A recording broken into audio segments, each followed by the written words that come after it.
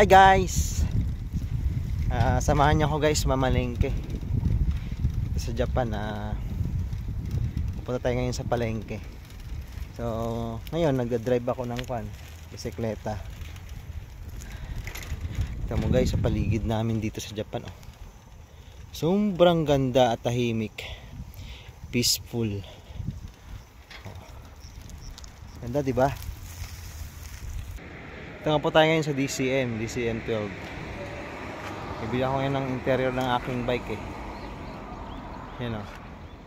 Maganda ng hardware nito guys. Ang laki. Yung mga sasakyan Ang liit. Tara, samahan niyo ako. Pasok po tayo ngayon sa hardware. Yan o. Grabe guys, maganda.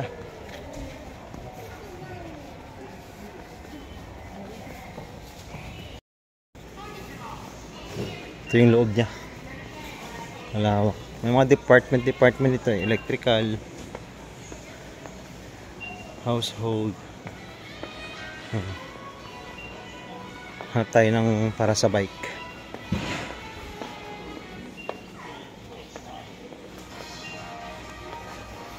Ito yun So nandito nga tayo ngayon sa bilihan ng bike. Nandito siguro yung hinahanap ng interior para sa aking Kaisha bike. Yun. Yan.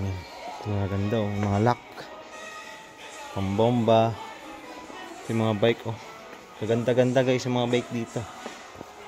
Made in Japan. Siyempre sa Japan tayo Ayun. Ito interior. Mahal. Yun.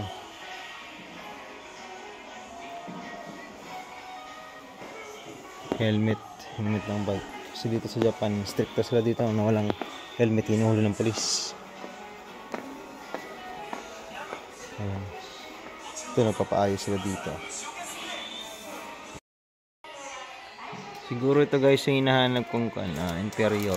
Ang size na kasi 26. Ayan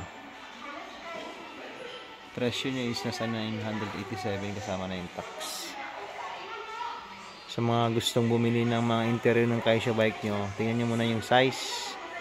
Available yan sa mga DCM hardware. Sa bilihan ng mga bike department. May mga gulong din sila dito. So ito na yung kunin ko. Bibiliin ko pala.